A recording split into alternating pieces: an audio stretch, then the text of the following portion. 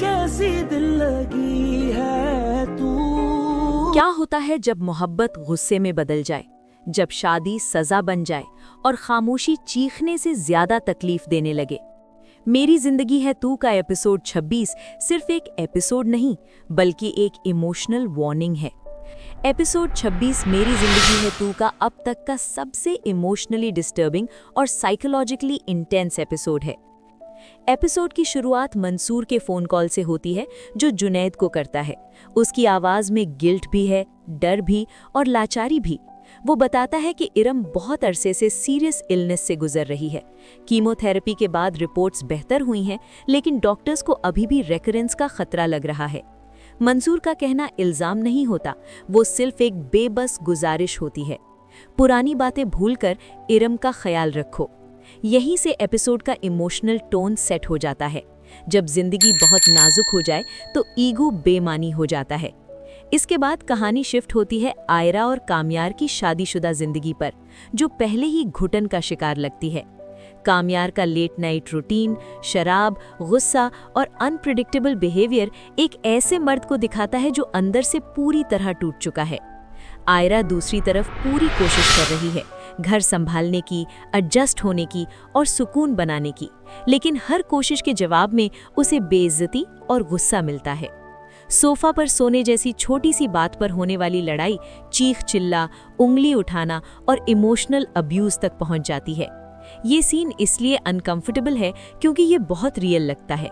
कामयार का रवैया सिर्फ गुस्सा नहीं, ये इमोशनल वायलेंस है। और आयरा की खामोशी, आंसू और सब्र उसके दर्द को और गहरा बना देते हैं।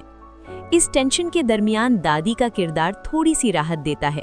उनकी समझदारी, नरमी और हल्का सा ह्यूमर इस घुटन भरे माहौल में एक सांस लेने का मौका देता है। कैरम खेलना और चाय पीना छोटी बातें लगती हैं, लेकिन असल में ये आयरा की कोशिश है कि वो इस टूटे हुए घर में नॉर्मल जिंदगी ढूंढ सके। दूसरी तरफ इरम की कहानी और भी ज्यादा दर्दनाक हो जाती है।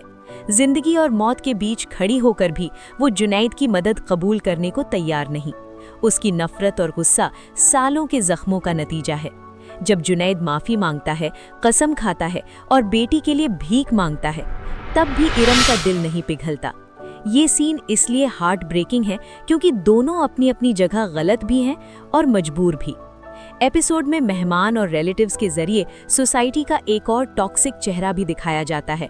गॉसिप जो कंसर्न के नाम पर होती है, जजमेंट जो दुआ के लिबास में होता है और जिम्मेदारी से बचने के लिए ब्लैक मैजिक जैसे बहाने। आयरा की खामोश बेइज्जती बहुत गहरा असर छोड़ जाती है। जैसे जैसे एपिसोड आगे बढ़ता है, कामयार की मेंटल स्टेट और ज्यादा खतरनाक हो जाती है। उसकी रेकलेस ड्राइविंग, ऑब्सेशन और इमोशनल मैनिपुलेशन एक ऐसे शख्स को दिखाती है जो ना सिर्फ खुद को बल्कि दूसरों को भी तबाह कर रहा है। कार वाली सीन इसलिए डरावनी है क्योंकि ये सिर्फ स्पीड नहीं दिखाती, ये दिखाती है कि कामयार को अब जिंदगी की कद्र ही नहीं रही। एपिसोड का सबसे ताकतवर और दर्दनाक मोमेंट वो है जब कामयार खुद मानता है कि आयरा उसके साथ रहती है, लेकिन उसके दिल में अब कोई मोहब्बत बाकी नहीं। ये एक जुमला उसकी सारी बदसलूकी, उसकी लापरवाही और उसके गुस्से की वजह समझा देता है। आयरा अब बीवी नहीं बल्कि उसके लिए सिर्फ एक पुरानी जिल्लत की याद बन चुकी है। एपिसोड का एंड किसी सुकून, किसी हल, किसी उम्मीद के बगैर होता है। सिर्फ कंफ्यूजन है, डर है और इमोशनल बर्बादी।